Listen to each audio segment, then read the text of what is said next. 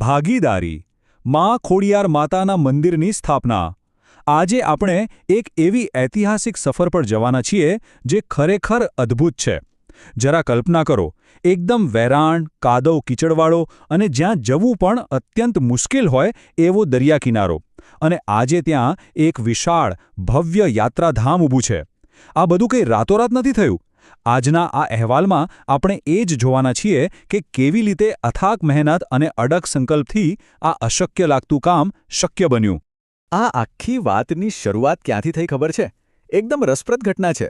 ભગુભાઈ પટેલ નામના એક ભક્તને મળસ્કે 5 વાગે એક સપનું આવ્યું.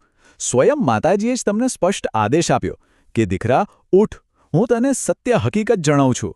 આજથી 7 પેઢી પહેલાં મારું ત્યાં મંદિર હતું. એ મંદિરની જગ્યા શોધ. બસ આ એક જ વાક્ય અને એક લુપ્ત થઈ ગયેલા પવિત્ર સ્થળની શોધ શરૂ થઈ ગઈ. આજે એક ક્ષણ હતી જેણે આટલા મોટા કાર્યનો પાયો નાખ્યો.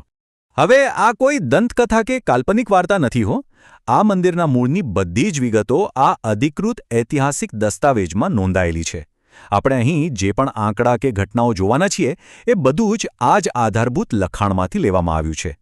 એટલે કે આ એક સાચો, સચવાયેલો ઇતિહાસ છે જે આપણને એ શરૂઆતના મુશ્કેલ દિવસોની વાસ્તવિકતાનો સીધો પરિચય કરાવે છે. વિભાગ 1: કાંટાળું જંગલ અને શોધ. જુઓ, સપનું આવવું એ અલગ વાત છે, પણ તેને વાસ્તવિકતામાં બદલવું એ બહુ અઘરું કામ છે. ખુશાલભાઈ નામના અન્ય એક વ્યક્તિની સાથે મળીને ભગુભાઈએ દરિયાકિનારે એ ટેકરી શોધવાનું શરૂ તો કર્યું, પણ એ રસ્તો જરાય સહેલો નહોતો. ત્યાં ભયાનક ગીચ અને કાંટાળું જંગલ હતું. અંદર જવું એટલે સીધું જીવનું જોખમ. 8-10 યુવાનોની એક ટીમે આ અશક્ય લાગતું કામ ઉપાડી લીધું. એ જમાનામાં તેમની પાસે શું હતું? માત્ર કુહાડી, પાવડા, થોડા રોટલા અને પીવાનું પાણી. ત્યાં બાવળ અને પીલવરાના એટલા ગાઢ કાંટા હતા કે તેને કાપવા એ લોઢાના ચણા ચાવવા જેવું હતું. આ લોકો દિવસ-રાત, ચાંદની રાતોમાં પણ જંગલ સાફ કરતા.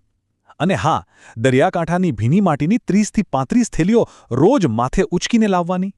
થાકીને રાત્રે આરામ કરવાનું વિચારે તો એ પણ શક્ય નહોતું, કારણ કે ત્યાં શિયાળવાનો ભારે ત્રાસ હતો, એટલે રાત્રે જાગીને પહેરો પણ ભરવો પડતો. આ ખરેખર શારીરિક શ્રમની હદ હતી. વિભાગ 2: શારીરિક અને આર્થિક સંઘર્ષ. હવે શારીરિક થાક તો ચાલો સહન કરી લીધો, પણ અસલી કસોટી તો હજુ શરૂ થવાની હતી. કોઈ પણ મોટું કામ શરૂ કરો એટલે 2 વસ્તુ નડે જ. એક તો પૈસા અને બીજું લોકોનો વિશ્વાસ. ભંડોળ ભેગું કરવાનું શરૂ થયું ત્યારે લોકો ભારે શંકા કરતા. એમ જ કહેતા કે ભાઈ, આવા કાદવ કીચડવાળા કિનારે કોણ જશે અને કોઈ પુરાવા વગર પૈસા શા માટે આપવા? પરિણામ એ આવ્યું કે શરૂઆતમાં માંગ 7,000 રૂપિયા જ ભેગા થઈ શક્યા. પણ ભગુભાઈનો નિશ્ચય જુઓ. લોકોએ સાથ ન આપ્યો તો પણ પાછળ હટવાને બદલે તેમણે પોતાની જાત પર બહુ મોટું આર્થિક જોખમ લીધું. તેમણે એકલા હાથે એ સમયે 3 લાખ રૂપિયાની વિશાળ લોન લીધી અને કામ આગળ વધાર્યું. અને લોજિસ્ટિક્સની વાત કરીએ તો શરૂઆતમાં 10 ફૂટનું નાનું મંદિર બનાવવાનું હતું, પણ ત્યાં કોઈ રસ્તો જ નહોતો. દરિયાના કાદવ કીચડમાં સામાન ભરેલા ટ્રેક્ટરો ખરાબ રીતે ફસાઈ જતા, એટલે મજૂરોએ રેતી કે ઈંટો જેવો બધો જ ભારે સામાન પહેલાં તાડપત્રી પર ઉતારવો પડતો. પછી મહા મહેનતે ટ્રેક્ટર કાદવમાંથી બહાર કાઢવાનું અને ફરીથી જાતે બધો સામાન ટ્રેક્ટરમાં ભરવાનો. અને આવું કોઈ એક દિવસ નહીં, પણ રોજ થતું. ડગલેને પગલે એક નવી જ મુશ્કેલી ઊભી રહેતી. વિભાગ 3: દરિયાનો પ્રકોપ અને રક્ષણ. હવે આર્થિક તકલીફો કે વ્યવસ્થાની મુશ્કેલીઓ સામે તો લડી લીધું, પણ કુદરત સામે કઈ રીતે લડવું? હવે સામનો કરવાનો હતો સીધા દરિયાનો પ્રકોપનો. દરિયાનું પાણી જાણે આ નવી બનેલી જગ્યાને ખેંચી જવા માટે આતુર હોય એવું લાગતું હતું. આ આંકડો ખાસ ધ્યાનથી જુઓ: 15. દરિયાના પાણીને રોકવા માટે બનાવેલી નાની પાળીઓ જ્યારે નિષ્ફળ ગઈ ત્યારે 15 ફૂટ ઊંચી અને વિશાળ પાળી બનાવવાનો કઠોર નિર્ણય લેવાયો. આ દર્શાવે છે કે સામે પડકાર ભલે ગમે તેટલો મોટો હોય, તેને પહોંચી વળવાની એમની તૈયારી પણ એટલી જ મક્કમ હતી. આ જંગ ખરેખર કેટલી મોટી હતી ખબર છે? 15 ફૂટની એ પાળી બનાવ્યા પછી પણ દરિયાએ તેને ધોઈ નાખી. પણ કોઈએ હાર ન માની. વધારે મજબૂતી માટે 20 ટ્રક ભરીને મોટા પથ્થરો અને રબર લાવવામાં આવ્યા. આ રક્ષણાત્મક દિવાલ પાછળ બીજા લાખો રૂપિયાનો ખર્ચ કરવામાં આવ્યો. અને આશ્ચર્યની વાત તો એ છે કે દરિયાના પાણીને રોકવાનું આ બાંધકામ કંઈ ભૂતકાળમાં પૂરું નથી થઈ ગયું. તે આજે પણ ચાલુ જ છે. વિભાગ 4: આજનું ભવ્ય તીર્થધામ. આટલી બધી હાડમારી, વિરોધ અને કુદરતના પ્રકોપનો સામનો કર્યા પછી આખરે પરિણામ શું આવ્યું? ચાલો આ અથાગ સંઘર્ષ પછી આજે જે અદ્ભુત પરિણામ મળ્યું છે તેના પર એક નજર કરીએ.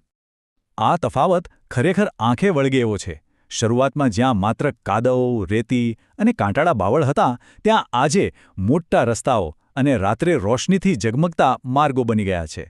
રોકાણની વાત કરીએ તો જે કામ 3 લાખની લોનથી શરૂ થયેલું, ત્યાં અત્યાર સુધીમાં આરસપહાણના બાંધકામ પાછળ 1.25 કરોડથી પણ વધુ ખર્ચ થઈ ચૂક્યો છે.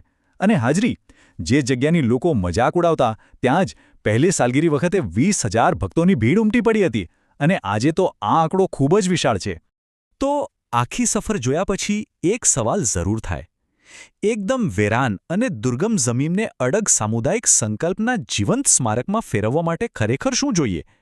આ ઇતિહાસ આપણને બતાવે છે કે જ્યારે અતૂટ વિશ્વાસ હોય અને ગમે તેવી પરિસ્થિતિ સામે લડી લેવાની હિંમત હોય, ત્યારે કાદવ અને કાંટાઓ વચ્ચે પણ આસ્થાનું એક એવું શિખર ઊભું કરી શકાય છે જે આવનારી પેઢીઓને હંમેશા પ્રેરણા આપતું રહે.